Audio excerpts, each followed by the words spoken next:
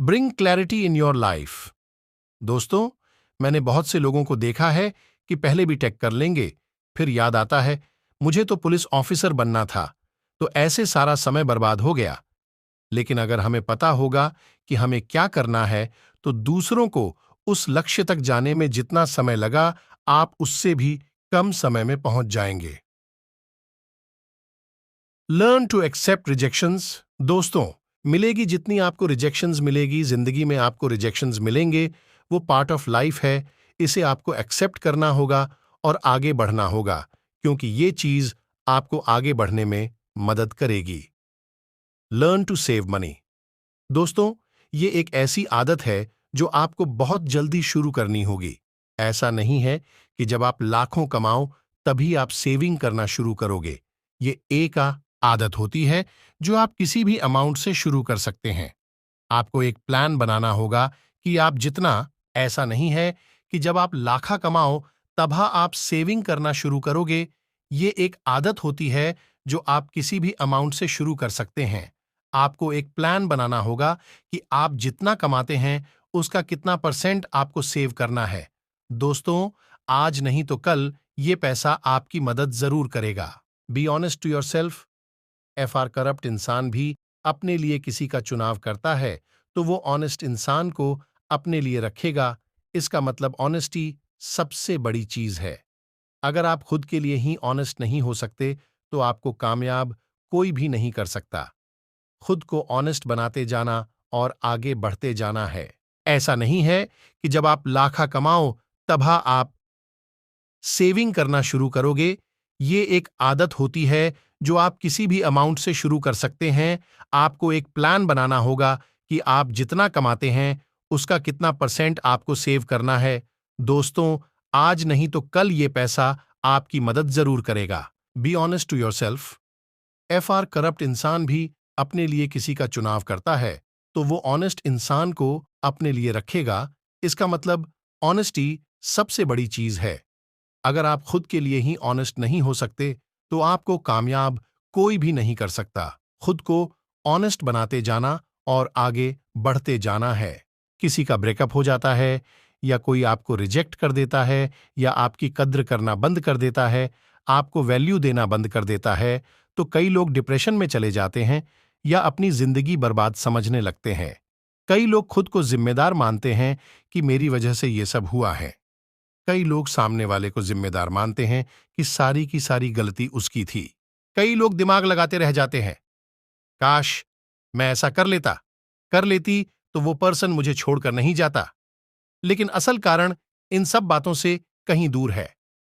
सबसे पहले एक बात समझो, अगर कोई पर्सन आपके जीवन से जा चुका है या आपकी कद्र करना बंद कर चुका है, तो आपने गलती जरूर की होगी कि आप उस पर्सन के लिए 24 घंटे अवेलेबल रहे होंगे। ह्यूमन नेचर और मन की, अगर हम बहुत ज्यादा देर किसी के साथ रहने लगते हैं या दिन भर किसी के लिए अवेलेबल रहते हैं, तो मन उस पर्सन से बोर होने लगता है। दूसरी गलती आपने ये की होगी, आपने अपने काम, अपने कैरियर, अपनी पढ़ाई से भी ज्यादा इंपॉर्टेंस उस पर्सन को दी होगी।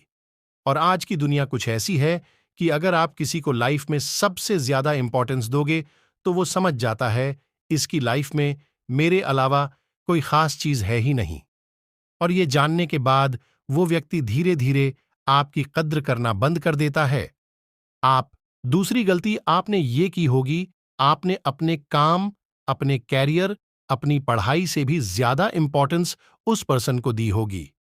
और आज की दुनिया कुछ ऐसी है कि अगर आप किसी को लाइफ में सबसे ज्यादा इंपॉर्टेंस दोगे, तो वो समझ जाता है इसकी लाइफ में मेरे अलावा कोई खास चीज है ही नहीं।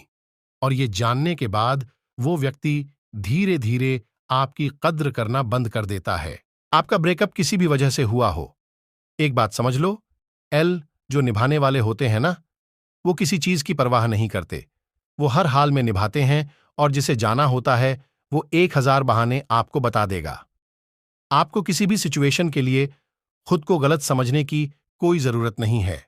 आपसे जितना हुआ आपने अपना बेस्ट दिया, उसके बाद भी कोई नहीं रहना चाहता, तो उसे मत रह। आपका ब्रेकअप किसी भी वजह से हुआ हो, एक बात समझ लो, एल जो निभाने वाले होते हैं ना, वो किसी चीज की परवाह नहीं करते। वो हर हाल में निभाते हैं, और जिसे जाना होता है वो 1000 बहाने आपको बता देगा। आपको किसी भी सिचुएशन के लिए खुद को गलत समझने की कोई जरूरत नहीं है। आपसे जितना हुआ आपने अपना बेस्ट दिया, उसके बाद भी कोई नहीं रहना चाहता तो उसे मत रोको। कुछ लोग अपनी बेइज्जती करवाने के बाद भी अपनी सेल्फ रिस्पेक्ट खोकर किसी पर्सन का इंतजार करते हैं। एक बात समझो, एक मैदान में दो लोगों के बीच लड़ाई हो रही है। कुछ सालों, महीनों तक लड़ाई चली और अब मैच खत्म हो चुका है। पहला पर्सन मैदान छोड़ कर हमेशा के लिए जा चुका है, लेकिन दूसरा पर्सन महीनों सालों बाद भी बेवकूफों के जैसे उस पहले पर्सन का इंतजार कर रहा है। ये दूसरे पर्सन आप ही हो। करते रहो उसका इंतजार। खेल खत्म हो चुका है, और मानो या ना मानो, पहला पर्सन आपके साथ रहते हुए भी आपसे अलग हो चुका था। वो पर्सन तो कब से आपसे अलग हो चुका था, लेकिन आप अंधे बने रहे। छोड़ दो मैदान, निकल जाओ आप भी बाहर। अब रुकने से कोई फायदा नहीं है। एक बात कहूं, जिंदगी भर अकेले रह लेना, लेकिन कभी किसी के आगे अपने प्यार के लिए गिड़गिड़ाना या भीख मत मांगना, क्योंकि ऐसा करने पर वो आप पर दया नहीं करेंगे, बल्कि आप उसकी नजर में और ज्यादा जलील होंगे। उस मैदान में खेले हुए खेल में कितनी हसीन यादें क्यों न रही हों, आप उसका चैप्टर बंद कर दो। क्या रोना उसके जाने से जो रुकना नहीं चाहता? अब खुद समझ लो, जिंदगी में सेल्फ रिस्पेक्ट, खुद से प्यार और बड़ा करियर कितना ज्यादा इंपॉर्टेंट है। अभी आपका ये हाल है, अगर आगे भी आपके ये तीनों चीजें नहीं मिली तो जिंदगी भर लोग आपको लात मारकर